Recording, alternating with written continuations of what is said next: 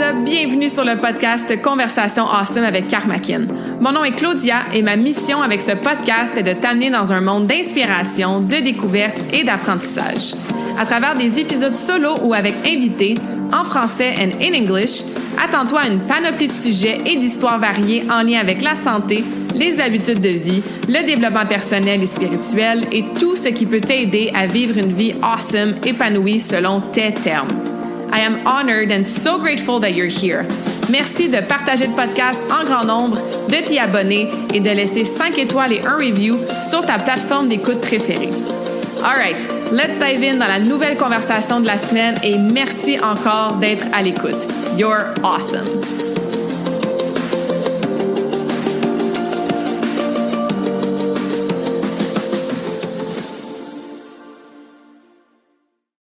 Bienvenue tout le monde dans la nouvelle conversation awesome de la semaine. J'espère que vous allez bien, que vous êtes en pleine forme. Bienvenue sur le podcast si c'est votre première fois, puis re-bienvenue si vous êtes ici à chaque semaine ou de temps en temps.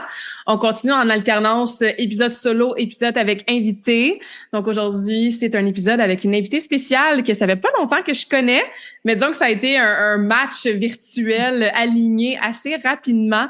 Donc, on s'est connus via la communauté Eve, espace virtuel entrepreneur, que je parle régulièrement, un espace pour les solopreneurs, travailleurs autonomes, entrepreneurs de partout dans le monde, dans la francophonie, qu'on a plein d'événements virtuels, des événements présentiels. J'avais reçu Vicky, dans le fond, la fondatrice sur le podcast aussi, il y a plusieurs mois.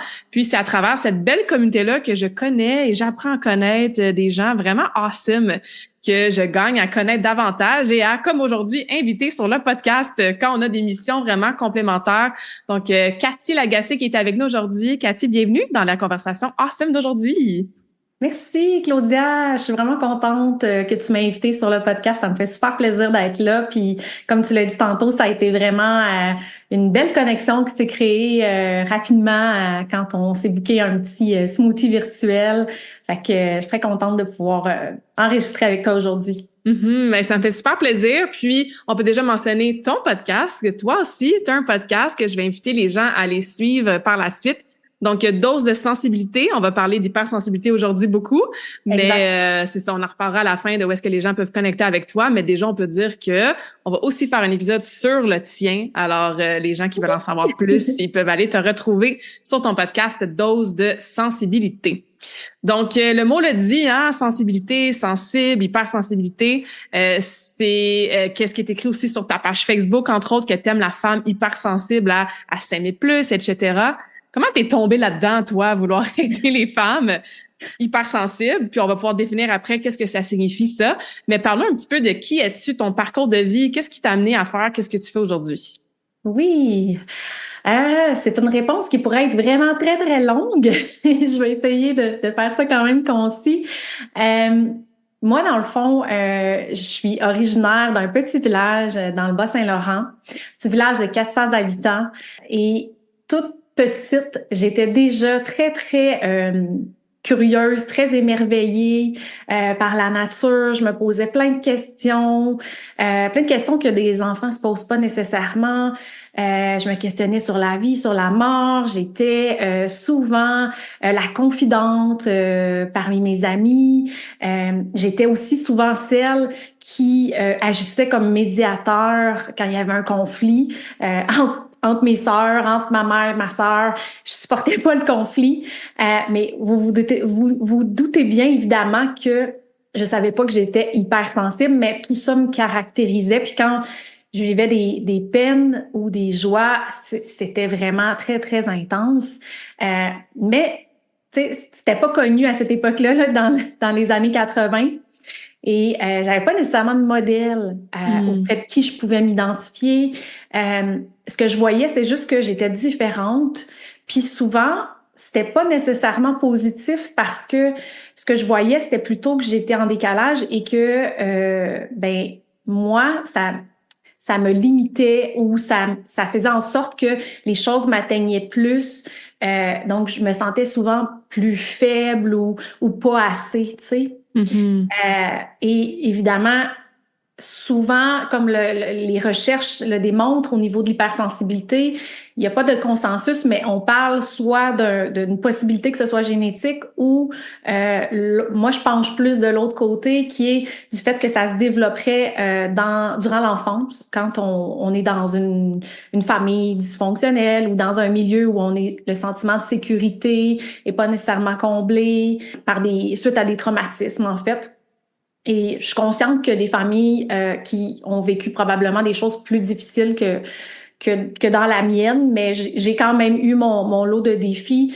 Et moi, je pense que c'est ce qui m'a amené à développer cette hypersensibilité-là.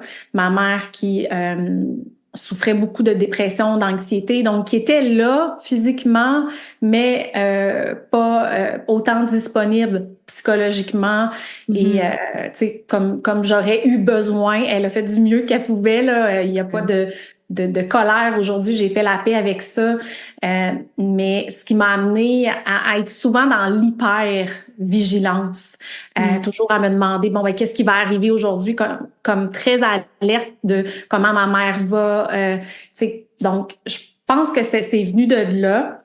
Et là, tu m'as demandé, c'est ça aussi, hein, les hypersensibles, on a un cerveau là qui spinne à 100 000 à l'heure. Moi, j'ai comme plein de questions déjà à te poser suite à ça, mais continue un peu ton parcours, puis après ça, on reviendra à mes petites questions. T'as pas de m'interrompre parce que je peux partir dans tous les sens. Donc, c'est ça. Ça a été mon portrait, là, si je peux dire, au niveau de l'enfance. Au niveau de l'adolescence, je faisais déjà beaucoup d'anxiété. Je ressentais beaucoup déjà les énergies. Et ce qui m'amenait dans le fond, à pas trop comprendre tout ce qui m'habitait, puis à me demander constamment, ben est-ce que c'est moi, est-ce que j'ai fait quelque chose, tu sais, c'est par exemple une personne était plus bête ou puis elle me disait qu'il y avait rien, mais moi je le ressentais, fait que ça causait beaucoup d'anxiété, mais tu vois ce chapeau-là d'être la confidente, d'être la médiatrice, tu sais, il y avait déjà un portrait très relation d'aide. Ben, c'est ce qui m'a amené dans le fond à aller suivre des études comme travailleuse sociale. Donc j'ai gradué comme bachelière en travail social et j'ai travaillé 10 ans dans le réseau de la santé. J'ai vécu plusieurs épisodes dépressifs. On m'a diagnostiqué un trouble d'anxiété généralisée. Donc j'ai dû à un moment donné faire le choix pour ma santé de quitter ce milieu-là, mais j'avais pas fait le rapprochement encore avec l'hypersensibilité. À ce moment-là, j'associais ça plus à la dépression puis à l'anxiété, à peut-être un côté génétique justement parce que ma mère avait souffert elle aussi beaucoup de dépression, d'anxiété. Donc ça va faire 7 ans maintenant que j'ai quitté le réseau de la santé et dans ma tête, c'était terminé la relation d'aide. Je pensais que j'étais trop sensible, pas assez forte pour être dans ce milieu-là. Donc, j'ai erré un petit peu. J'aime ça dire errer parce que à ce moment-là, j'avais 2 jeunes enfants puis j'ai décidé de me consacrer pendant presque 2 ans là, à mon rôle de maman. Donc, j'étais exclusivement la maman à la maman. Mère au foyer avec mon petit dernier. Puis c'est ça. Par la suite, l'entrepreneuriat est venu à moi par hasard, je peux dire. Ça a commencé par du marketing de réseau qui m'a permis d'ouvrir mes possibilités parce que, tu sais, je viens pas d'une famille d'entrepreneurs, donc l'entrepreneuriat, c'est pas quelque chose que je connaissais, puis j'aurais pas été portée naturellement vers ça, mais ça m'a ouvert des possibilités, puis tranquillement, petit à petit, à force de suivre des gens, à force de suivre des formations en croissance personnelle, en coaching, ben là, m'est venue l'idée de me lancer comme travailleur autonome, comme solopreneur, vraiment comme coach auprès des personnes hypersensibles. Puis là, je vais te laisser parler. Dans le fond, j'ai découvert que j'étais hypersensible il y a 2 ans et c'est ce qui a amené ce désir-là d'accompagner les femmes hypersensibles. Ben, merci pour ton partage parce que je pense qu'il y a tellement de femmes qu'on peut raisonner avec des petites parties de ton histoire. Je pense que chaque personne est unique, a une histoire unique, c'est sûr, mais tout ce sentiment-là, surtout quand on est jeune, de comme, est-ce que je suis assez? Est-ce que c'est de ma faute? Est-ce que j'ai fait quelque chose de mal? Tu sais, moi, j'ai ressenti des énergies des gens depuis que je suis tout petite. Fait qu'on parle de tout ce qui est très empathique. Donc, sans nécessairement avoir le diagnostic ou l'étiquette de hypersensible, ou même qu'il y en a qui le sont puis qui le savent pas encore, puis que c'est tout nouveau, puis c'est pour ça qu'on a cette conversation-là, pour en jaser, pour sensibiliser les gens justement. Ben c'est toujours intéressant de faire comme ouais, finalement je suis pas tout seul. Finalement moi aussi j'ai passé à travers quelque chose de similaire, puis moi aussi j'ai eu de l'anxiété ou peu importe, tu sais. Fait que c'est super apprécié que tu partages ton histoire comme ça. Fait que je veux revenir à ce que tu as dit par rapport à l'enfance, tu sais, que ça soit bon, peut-être un peu génétique, mais là en tout cas moi j'étudie beaucoup tout ce qui est comme l'épigénétique. Puis il y a souvent une métaphore qui dit la génétique c'est mettons le pistolet, puis l'épigénétique c'est quand tu pèses vraiment sur le trigger. En voulant dire que tu sais moi je travaille comme tu sais beaucoup dans la santé, l'entraînement, la nutrition. Ben je veux dire si la personne a des parents qui ont du diabète de type 2, de l'hypertension, qui font du cholestérol, etc. Est-ce que ça veut nécessairement dire que c'est la génétique qui est transmise qui va faire en sorte que l'enfant va aussi avoir ces problèmes métaboliques-là, ou c'est plutôt l'environnement, les croyances, les habitudes de vie dans lesquelles cet enfant-là a grandi? Et de plus en plus, on se rend compte que c'est surtout ça, pour ne pas dire 95% ça, tu sais. Donc, j'aimerais ça qu'on démystifie un petit peu justement qu'est-ce qui est conditionné, qu'est-ce qui est emprunté par les valeurs de la société, qu'est-ce qui est vraiment formé, fondé dans l'enfance. As-tu des exemples de choses, toi, qu'on te dit spécifiquement? Est-ce que c'était justement d'observer, tu sais, par exemple, ta mère, comment qu'elle vivait avec sa dépression, les études peut-être que tu as fait, tout ça là-dessus, tu sais, comment est-ce qu'on peut comprendre d'où ça vient, retourner peut-être nous-mêmes en arrière dans l'enfance, voir un peu comment est-ce qu'on peut connecter certains points, faire avoir un petit aha moment de c'est peut-être de là que ça vient, tu sais, parce qu'il y a beaucoup de choses qui se font programmer surtout de 0 à 7 ans, donc je serais intéressée d'en savoir plus sur cet aspect-là là, d'hypersensibilité. Qu'est-ce que tu en penses, ou qu'est-ce que tu as découvert, ou qu'est-ce que tu as vécu plus en détail là? Ben, c'est sûr que, tu sais, c'est ça, comme on le mentionnait, il n'y a pas de... C'est difficile d'avoir des statistiques exactes puis l'information exacte au niveau de la science, parce que l'hypersensibilité, c'est quelque chose encore de très... tu sais, c'est pas un trouble, on peut pas avoir un diagnostic, il y a pas de, c'est ça, il y a pas de diagnostic précis, donc c'est vraiment un trait de la personnalité. Puis on est environ entre 20 à 30% de la population à, j'allais dire à souffrir. Tu vois comment c'est encore ancré, comment c'est, tu sais, non. Mais c'est quand même beaucoup, ça me surprend ça, 20 à 30%. Oui, tout dépendant des chercheurs, là, c'est à peu près entre 20 à 30%. Fait que c'est quand même une personne sur 5 si on parle de 20%, puis un petit peu plus là, si on parle de 30%. Donc, on est quand même beaucoup. Puis tu m'as demandé comment je pensais que ça avait pu se développer. Je trouvais ça intéressant quand tu disais, tu sais, est-ce que c'est vraiment la génétique, ou si c'est pas, quand tu parlais d'épigénétique, quelque chose qui vient déclencher. Dans mon cas, j'ai l'impression que c'est les deux, mais qu'effectivement, c'est l'environnement qui a comme... Parce que je pense que c'est possible d'avoir une prédisposition ou plus de facteurs de risque de développer soit l'hypersensibilité, soit de l'anxiété, soit de la dépression, mais que justement, si on est dans un environnement social où tous nos besoins sont comblés, tous nos besoins affectifs, nos besoins de sécurité, que cette sensibilité-là, elle est accueillie et qu'elle est même valorisée. Si je donne un exemple, par exemple, d'un enfant qui grandirait dans un milieu artistique, mettons là, que les parents sont très groundés avec leurs émotions, puis vont encourager l'enfant dans cette expression-là, puis dans cette unicité-là. Ben les recherches ont démontré que cet enfant-là, lui, va pas souffrir de ce trait de personnalité-là, au contraire, puis ça va devenir sa force rapidement. Ouais, versus quelqu'un comme moi où en fait, moi, ce que j'ai compris très tôt, c'est que être très émotif, pleurer beaucoup, c'est pas bien vu, c'est pas bien reçu. Les gens trouvent que c'est trop, les gens comprennent pas, les gens associent ça à de la faiblesse, parce que il y avait beaucoup de jugement, tu sais, du fait que ma mère était souvent dans la dépression, et que pour elle, ça l'amenait une difficulté à travailler à l'extérieur de la maison. Et j'ai porté ça moi aussi pendant longtemps, depuis le début de l'âge adulte, en fait, à partir du moment où j'ai eu des enfants. Pour moi, il y avait une espèce de croyance, puis je suis encore en train de la défaire, que c'est c'est difficile d'être maman et de travailler, d'avoir une carrière.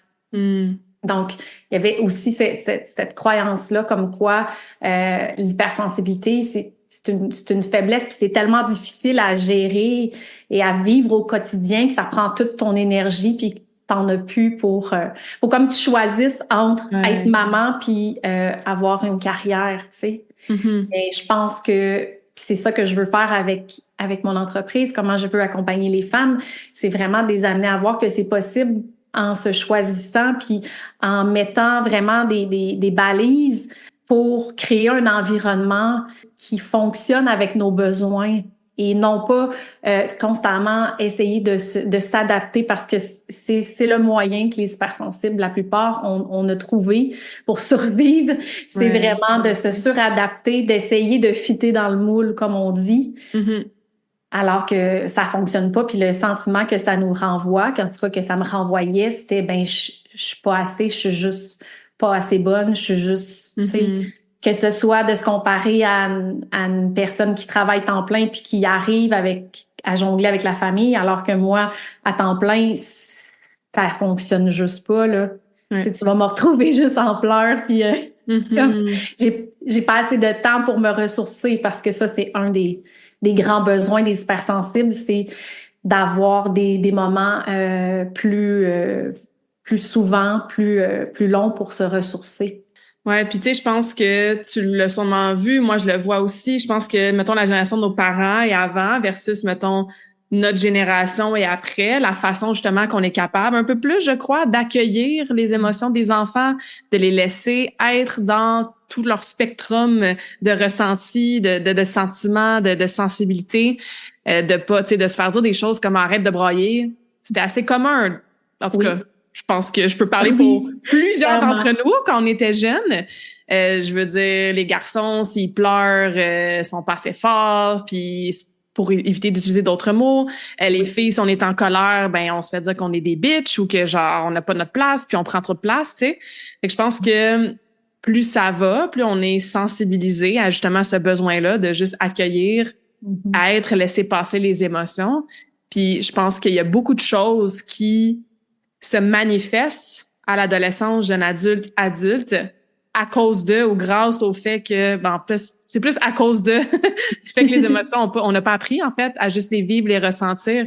Donc, que ça soit après ça une étiquette de perfectionniste, une étiquette de people pleaser, une étiquette de hypersensible, un trait de caractère de overachiever, tu sais, je pense qu'on développe beaucoup de ces choses-là, ces masques-là, ces façons-là de se défendre, de se protéger, de survivre. Toi, tu disais, entre autres, la suradaptabilité, là, tu sais. Je pense que j'ai rajouté une voyelle dans ce mot-là, mais on comprend ce que ça veut dire. Fait que bref, je trouve ça super intéressant, puis je pense que c'est important, justement, qu'on l'ait ramené vraiment à l'enfance. Mais ça veut pas dire qu'on a vécu une enfance comme ça, que, tu sais, faut en vouloir à nos parents, puis que tout est fini, puis on pourra jamais évoluer. Puis c'est ce que tu fais maintenant, t'aides les femmes, justement, comme tu l'as bien mentionné. Fait que ça, on retourne un peu en arrière. Tu sais, ça serait quoi ta définition d'hypersensible? Parce que quelqu'un écoute ça puis se dit, ben moi, je pleure souvent quand j'écoute des vidéos de chat cute ou des films romantiques. Est-ce que ça veut dire que je suis hypersensible? Fait que est où la ligne entre je vis des émotions d'humain et je suis vraiment plus hypersensible? C'est quoi ta définition? Puis c'est quoi les choses qu'on peut peut-être observer chez nous si on se doute que peut-être on est hypersensible? Oui, c'est une bonne question. Ben, premièrement, le mot hypersensible ou hypersensibilité, c'est assez simple. C'est une sensibilité qui est plus haute que la moyenne des gens, donc la moyenne de la population. Puis comment on peut savoir si on est hypersensible?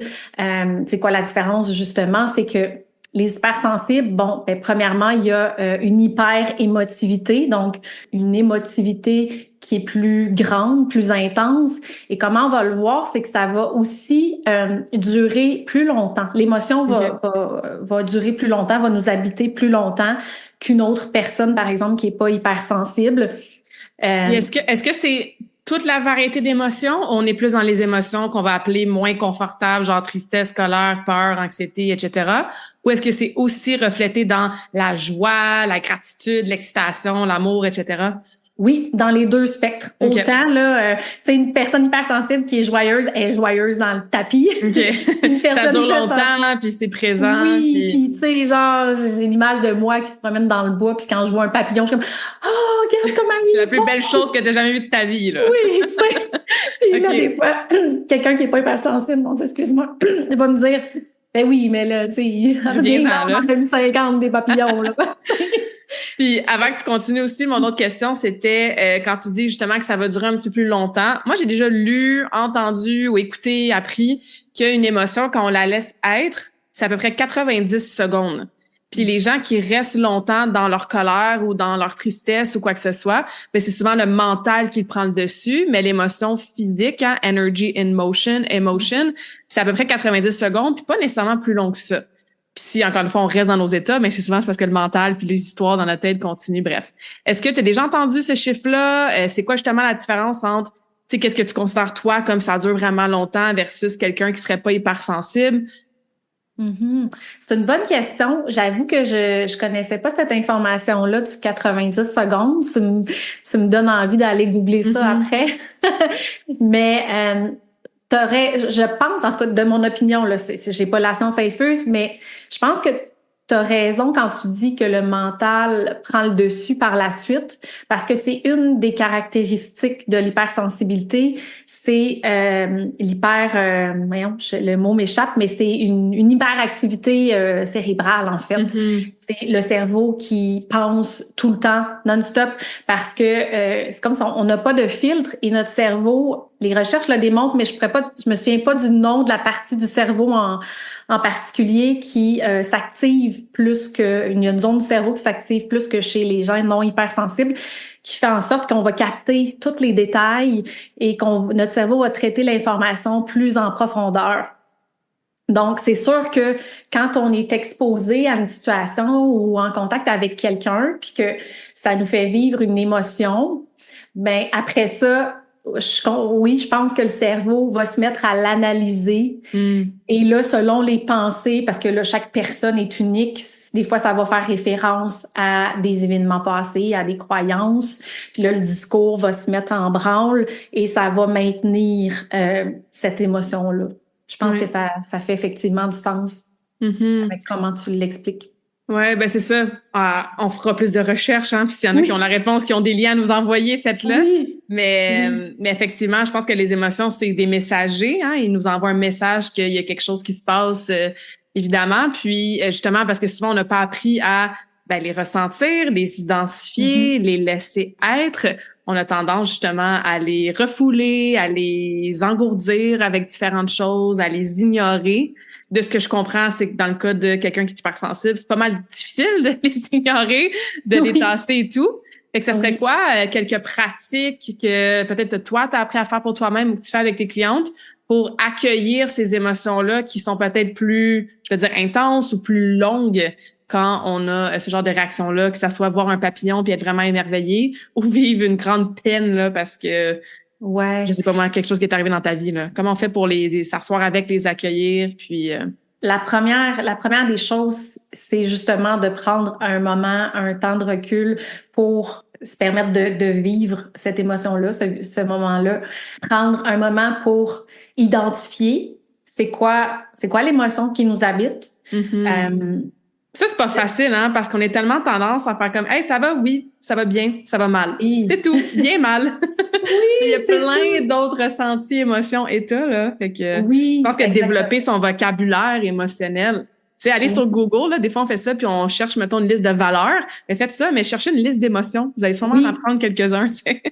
C'est ce que j'allais dire, justement, c'est un outil que j'utilise, une liste d'émotions pour apprendre à nuancer les diverses émotions qui peuvent exister. Puis à partir aussi, on peut se demander à partir de quand j'ai commencé à ressentir cette émotion-là, quand ça s'est déclenché, parce que des fois aussi, ça peut être une émotion qu'on a captée, qui nous appartient pas. Des fois, on vient d'être en contact avec une personne et on a comme absorbé son émotion. Donc, quand on fait l'exercice de se demander à partir de quel moment j'ai commencé à ressentir cette émotion-là, puis mettons qu'on se rend compte que ça s'est arrivé tout de suite après avoir été en contact avec la personne, ben là, on a la réponse que, OK, j'ai probablement absorbé l'émotion de telle personne, ça m'appartient pas.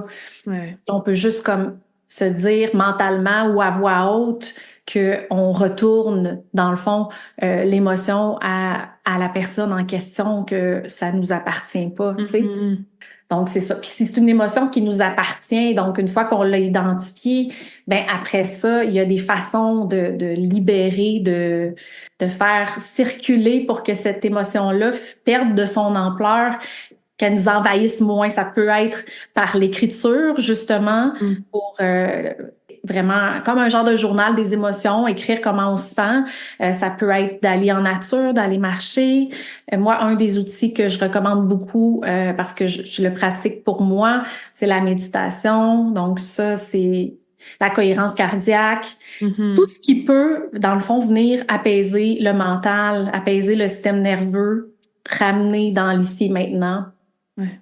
C'est pas mal. Le mouvement aussi, bon, les gens, la danse, le sport, évidemment, ouais. Ouais. Mais ça aussi, hein, il y a comme une montée dans les dernières années de tout ce qui est somatique. C'est de justement, oui, la thérapie, mettons, par la parole, psychologie, tout ça, ça a sa place, mais il y a de plus en plus de gens qui vont aussi ils font les deux, ou ils vont se tourner un petit peu plus vers tout ce qui est plus thérapie somatique. Parce qu'il y a un livre super, super connu que tu connais peut-être en anglais, The Body Keeps the Score, qui a été traduit dans plein de langues, qui est une grosse brique, là. C'est assez lourd à lire, mais c'est un classique. Je pense que c'est à ce jour encore le livre le plus populaire, là, tu sais. Puis c'est ce que ça dit, c'est que le corps va garder une empreinte de chaque chose qu'on laisse pas aller, puis qu'on se laisse pas vivre. Donc, oui, tu peux parler de tes émotions, de ce que tu as ressenti, de qu'est-ce qui s'est passé, de qu'est-ce qui a été le déclencheur, mais on reste beaucoup dans la compréhension, la logique, le rationnel, le mental, versus descendre dans le cœur et dans le corps, puis libérer ça. C'est sûr que par le mouvement, par le corps physique, ce qu'on appelle, c'est ça, la thérapie plus somatique, mon Dieu, que c'est puissant. C'est pour ça que tu as peut-être déjà fait des exercices de breathwork ou de respiration consciente. Tu fais comme, OK, juste de respirer en 10 minutes, je suis en train de pleurer ma vie puis de penser à des traumas que j'ai eu quand j'étais tout petite, là, tu sais. Absolument. J'exagère à peine. Je veux dire, c'est ça qui remonte. Donc, j'aime que tu parles du mouvement, d'aller marcher, de la danse. Il y a le tapping aussi, tu sais, qui est super efficace. Donc, tout ça pour dire que si la thérapie classique, naturelle n'a pas fonctionné pour vous, ben il y a d'autres façons. Puis évidemment, je prêche pour ma paroisse, aller bouger, tu sais, aller vraiment dans votre corps, c'est super important. Oui, absolument. Puis une fois qu'on a identifié aussi ce qui l'a déclenché, puis c'est quoi l'émotion, oui, on peut se libérer en l'écrivant, puis aller se calmer, se recentrer par le mouvement, la nature. Mais des fois aussi, ça implique des actions concrètes je donne un exemple, admettons que c'est parce que on s'est pas respecté, donc on a fait quelque chose plus pour faire plaisir à l'autre, et il y a aussi des actions à aller poser dans ce sens-là, parce que c'est pas tout de reconnaître l'émotion, de s'en libérer, mais c'est parce que ça va revenir, tu sais. Fait que ça aussi, c'est à ça que ça sert l'accompagnement, c'est d'aller regarder quelles sont les situations qui t'amène à ressentir ces émotions-là, puis à ressentir du mal-être, puis comment on peut, selon tes besoins, aller mettre des choses en place, des stratégies, mettre tes limites pour que éviter le plus possible que tu sais, je pense qu'il y a rien de parfait dans la vie. Je dis tout le temps à mes clientes, ça sera pas parfait, mais ça va être beaucoup mieux, puis tu vas avoir les outils pour faire face ou pour prévenir, en tout cas, le plus possible l'hyperstimulation, parce que l'hyperstimulation, c'est un des enjeux aussi chez les hypersensibles. On capte, tu sais, les bruits forts vont plus nous déranger, les lumières, les odeurs. Peut y avoir une aussi, c'est une hyperesthésie. En fait, au niveau du toucher aussi, les étiquettes de vêtements, des choses comme ça, la texture dans la nourriture. Donc, c'est ça. Une fois qu'on se connaît, c'est là qu'on peut aller agir pour mettre les bonnes stratégies en place. Ouais, mais c'est intéressant de m'entendre comme ça. Justement, on parlait beaucoup d'émotions, c'est sûr, mais dans tous les sens, de ce que j'entends, ça peut avoir un impact. Puis c'est ça, de se connaître, de comme, OK, moi, par exemple, la lumière, pas moi personnellement, mais tu sais, si on se dit ça à nous, la lumière, ça me dérange, ben tu te connais et là, t'es dans l'axe action pour peut-être acheter des ampoules plus rouges, moins genre jaune flash, tu sais, avoir des petites chandelles chez toi le soir, tu sais. Parce qu'effectivement, un peu comme qu'est-ce qu'on disait tantôt, une émotion, c'est un message. Fait que si on n'écoute pas le message, ben l'émotion va revenir. Puis si on réécoute pas le message, ben l'émotion va revenir, puis c'est ça qui cause des maux MAUX souvent dans le corps. Moi, j'ai mal à l'épaule tout d'un coup, tu sais, mais dans le fond, c'est pas parce que t'as fait un push-up tout croche ou que tu t'es battu puis t'as quelque chose qui a disloqué. C'est littéralement ton corps que là, il est comme, OK, elle écoute pas mes émotions, elle écoute pas les messages. C'est là, malheureusement, que les gens se ramassent avec une blessure, un burn-out, une dépression, puis vraiment au bout du rouleau, là, au fond du baril, parce qu'on s'écoute pas. Puis absolument. Le corps, il est comme, OK, elle veut pas m'écouter, mais je vais m'assurer d'y envoyer des signaux assez clairs et assez intenses pour qu'elle s'arrête et que là, elle m'écoute, tu sais. Pourquoi tu penses, en fait, je sais pas si tu partages mon opinion, fait que je veux pas dire des mots dans ta bouche, mais pourquoi tu penses qu'on se rend souvent vraiment loin, là, avant de s'écouter, d'aller chercher de l'accompagnement, de l'aide, avant de ralentir? Intéressant comme question. Ben, en fait, je pense que la société dans laquelle on grandit, c'est pas la société qui porte tous les blâmes, mais... On peut y en mettre pas mal sur le dos. Oui, ça a un grand impact. On grandit dans une société de performance, on va pas se le cacher. Hein? On est dans un monde capitaliste où l'argent, les biens matériels, il faut que tout aille vite. Donc, si on s'arrêtait, on prenait le temps de s'arrêter plus rapidement puis qu'on reconnaissait nos limites, ben la croyance perçue qui est erronée par la société, c'est qu'on est faible. Mm-hmm. Donc, on n'arrive pas à performer comme la moyenne des gens. Donc, on veut tellement se convaincre que on est capable d'y arriver, qu'on continue, puis on ignore, dans le fond, les signaux que notre corps nous envoie. Puis la seule chose, comme tu l'as dit tantôt, qui nous arrête, c'est notre corps quand il lâche complètement, qui fait comme, OK, ça fait plusieurs fois que je t'avertis, tu m'écoutes pas, fait que désolé, mais c'est ce que j'ai vécu aussi 3 fois. Puis ça a été les plus beaux cadeaux. C'est des cadeaux mal emballés, mais en même temps, c'est là que se trouve la leçon puis l'apprentissage. Fait que je pense en grosse partie par la culture de performance, mais aussi, tu l'as un peu nommé tantôt, on nous a pas appris à prendre le temps de se questionner les choses. Depuis qu'on est petit, on se fait toujours dire quoi faire. On est tout encadré, puis on a un horaire bien serré, puis tu as une voie à suivre, tu fais des études, tu vas te chercher un bon diplôme, tu vas te chercher une carrière, puis tu as une maison, un chien, tralala, une auto, puis c'est comme si je trouve qu'on développe pas assez notre sens critique, notre propre vision des choses. Fait que c'est ce qui fait en sorte que je pense que beaucoup de gens qui sont désalignés, qui font des choses par automatisme parce que on leur a montré qu'il y avait juste cette voie-là. Puis je blâme personne parce que j'y étais, je faisais partie de ça moi aussi. J'ai suivi le chemin traditionnel jusqu'à temps que mon corps me dise que non, Cathy, ça fonctionne pas pour toi. Du 9 à 5 ou du 8 à 4 à tous les jours, ça fonctionne pas. Fait que je pense que il y a beaucoup de gens qui sont pas alignés, puis je crois que c'est pour ça qu'aujourd'hui justement il y a tellement de gens qui recherchent des coachs ou qui recherchent des solutions justement plus holistiques, qui ont vraiment ce besoin-là de se comprendre, de mieux se connaître, de découvrir dans le fond qui ils sont vraiment, parce qu'ils savent juste pas, on nous apprend à nous couper de qui on est. Si on est un petit peu différent, c'est pas bien vu. Ouais. Je sais pas si tu veux faire du pouce là-dessus. Ah ouais, non, ça résonne beaucoup. Puis c'est ça, parfois j'ai des conversations en somme avec des sujets complémentaires, puis on revient vraiment souvent à ça. Tu sais, la société dans laquelle on est mis, le programming qu'on a dès qu'on est tout petit, d'être dans la boîte. Hein. Moi, c'est souvent une expression que j'utilise. Et c'est pas bon. Tu sais, il faut pas non plus se juger. Peut-être que toi, de faire le chemin qu'on va appeler traditionnel ou qu'est-ce qu'on se fait mettre dans notre subconscient puis dans notre conscient dès l'école primaire, mais peut-être que ça te rend vraiment heureuse puis c'est vraiment tant mieux. Mais effectivement, quand on arrive à l'âge adulte, qu'on commence à avoir des petits symptômes, qu'on est moins enthousiasmé par notre vie, ben c'est là qu'il faut se questionner. Puis je sais pas si t'es d'accord, mais je pense que souvent, quand on commence ce chemin-là d'introspection, il y a beaucoup de désapprentissage à faire. Tu sais, dans mon cas, il a fallu que je désapprenne des valeurs que j'avais empruntées, justement, de performance, travailler, succès matériel, etc. Puis il a fallu que je m'en aille à l'autre bout du monde, en Australie, après mes études, pour me faire réveiller par la vie, faire comme, attends une minute, là, il y a d'autres façons de vivre. Ah, il y a la vie libre, minimaliste, tu sais, sans justement pression de faire quoi que ce soit si j'ai pas envie de le faire. Surtout que j'étais jeune, là, j'avais comme 23, 24 ans, tu sais. Fait que ça prend des conversations comme ça prend des exemples comme toi qui te lances dans l'entrepreneuriat après avoir eu tes enfants, tu sais. C'est pour ça que j'aime ça avoir aussi des invités sur le podcast qui vivent selon leurs termes.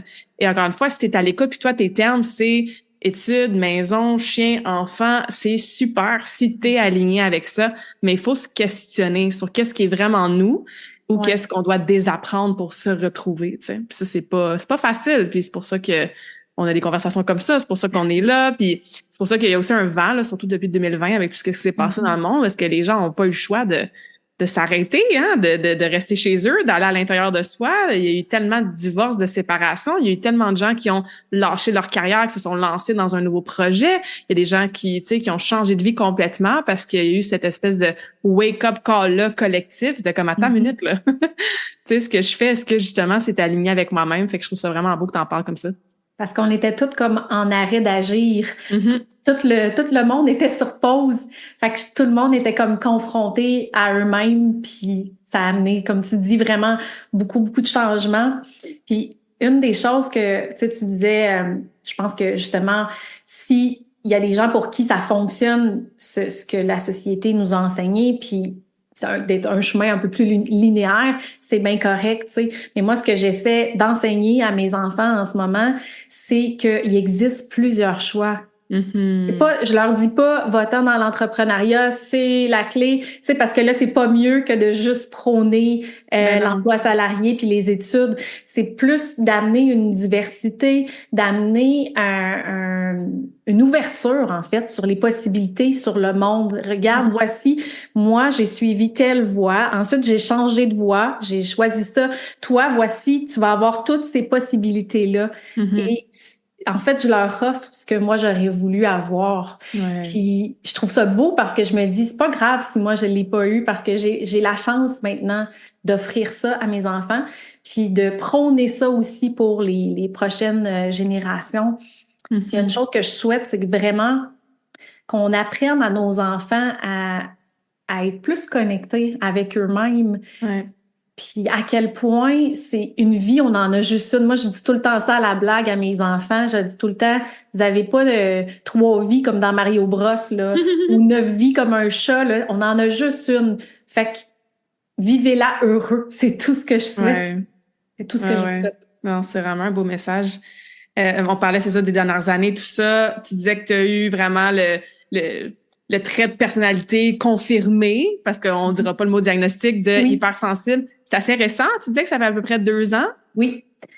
Comment tu t'es sentie? Comment ça s'est passé? Comment tu as su ça plus spécifiquement, que c'était ça qui te représentait puis que tu vivais depuis que tu étais toute petite? Le mot qui me vient en tête, là, ça a été soulagement. Ça a été vraiment un soulagement. Puis je l'ai appris parce que c'est à force de scroller sur Facebook, sur Instagram. Faut pas dire que je fais ça, non? J'essaye de le faire de moins en moins, mais ça m'arrive encore. Fait que j'étais dans un moment de souffrance où j'étais vraiment pas bien avec moi-même, puis je suis tombée, je me rappelle plus c'était quel coach en question, mais une coach en Europe parce qu'ils sont plus avancés que nous là-dessus. Puis c'est ça parlait d'hypersensibilité, puis des signes, des caractéristiques. Et quand je lisais ça, là, il y avait un petit test que je pouvais aller faire en ligne. Quand j'ai fait le test, genre j'avais coché toutes les réponses. Fait que j'étais comme OK, mon Dieu, je comprends là. OK, tout ce temps-là, là, c'était pour ça. Fait que, tu sais, moi, j'aime pas. Je suis d'accord que des fois, les étiquettes, c'est pas nécessairement bon. Puis j'aime pas justifier tout ce qu'on fait ou toutes nos décisions par justement un terme comme celui-là. Mais là où je trouve que c'est vraiment utile, c'est de s'en servir comme un outil de compréhension puis de connaissance de soi. Après ça, ben là, évidemment, je vais pas excuser tout ce que je fais en disant ben moi je suis hypersensible, c'est pas de ma faute. Non, non, non. C'est Tu ça. sais, faut ta Faut minute, faut là. se responsabiliser Oui, quand même. Et même absolument. plus, j'ai envie de dire, une fois que tu sais un peu qu'est-ce qui te décrit, ben justement, tu peux faire des Oui, recherches, l'utiliser comme outil pour te connaître. exact. Puis, tu sais, on a la responsabilité chacun de notre propre bonheur. Mon Mhm. bonheur est pas entre les mains de quelqu'un d'autre. Si je suis pas bien, c'est à moi de faire les changements et les choix différents. Donc, une fois que j'ai su que j'étais hypersensible, puis que ça me représentait, ben là, j'étais allée lire, j'étais allée suivre des coachs pour comprendre vraiment comment dealer avec ça, quels outils. Évidemment, bon, il y a plein d'outils aussi que j'avais déjà dans mon bagage comme travailleuse sociale.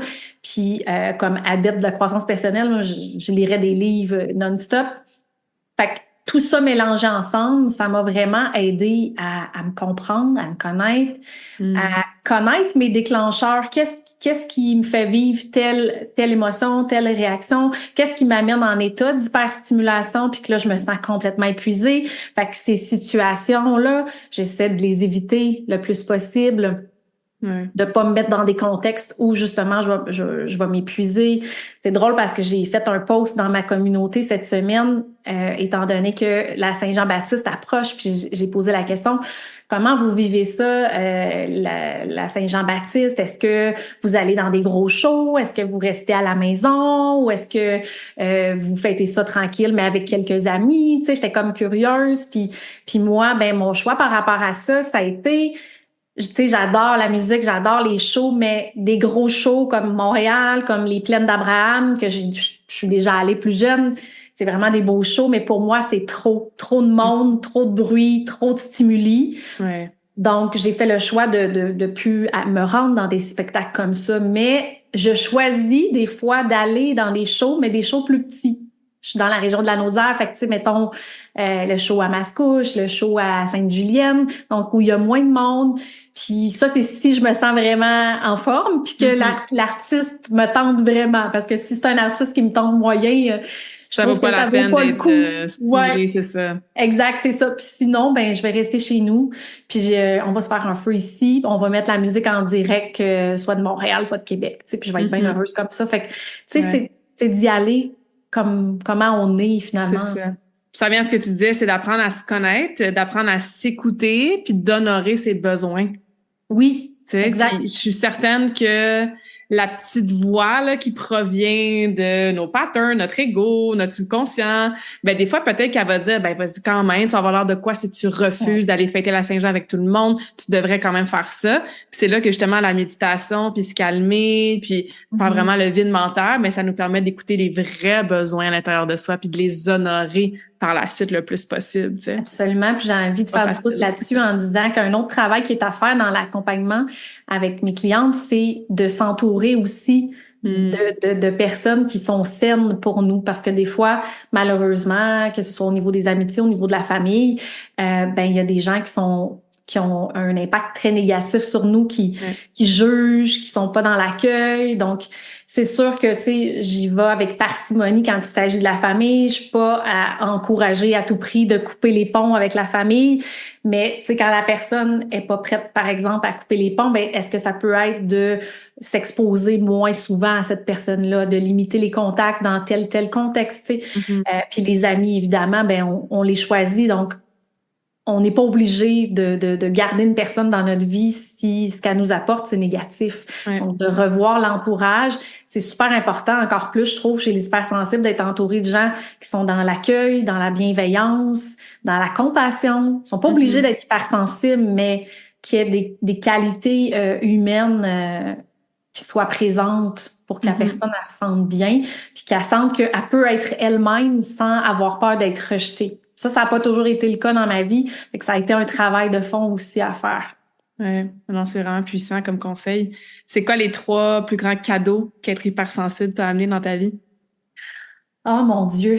Aujourd'hui, j'arrive à en voir beaucoup, mais je dirais que un des plus beaux cadeaux, c'est justement le fait de vivre mes émotions intensément. Avant, j'aurais dit que c'était une malédiction,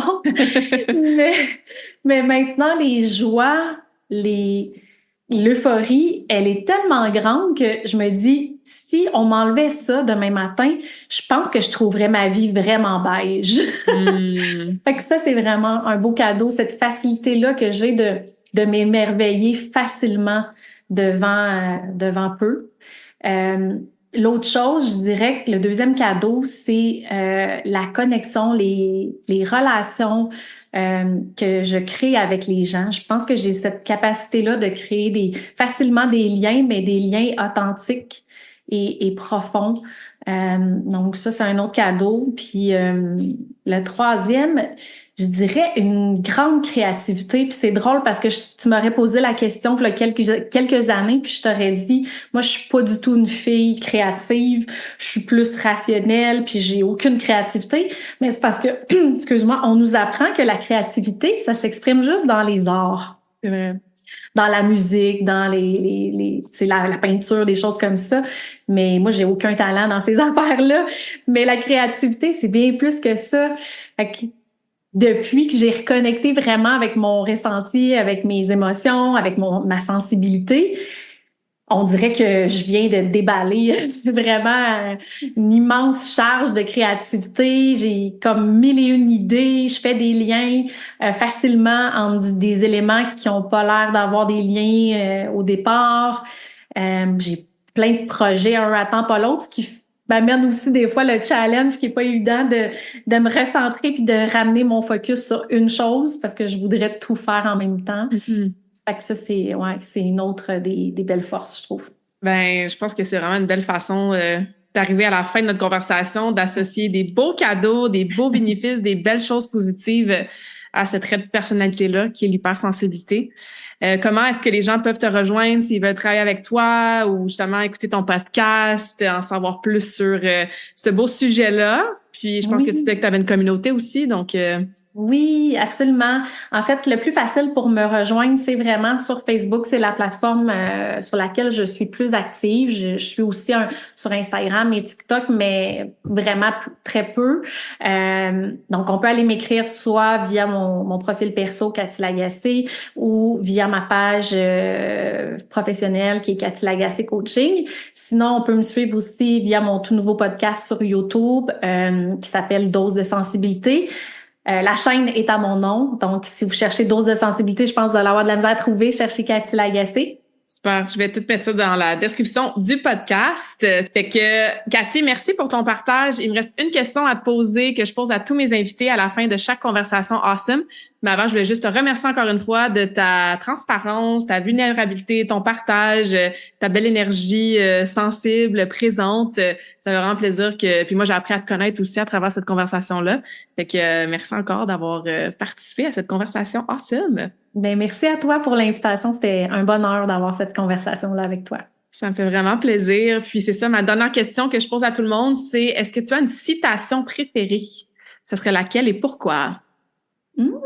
Aïe, aïe, aïe, tu me prends de court, là.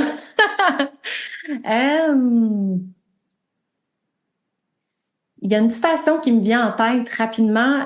C'est « Vaut mieux tard que jamais ».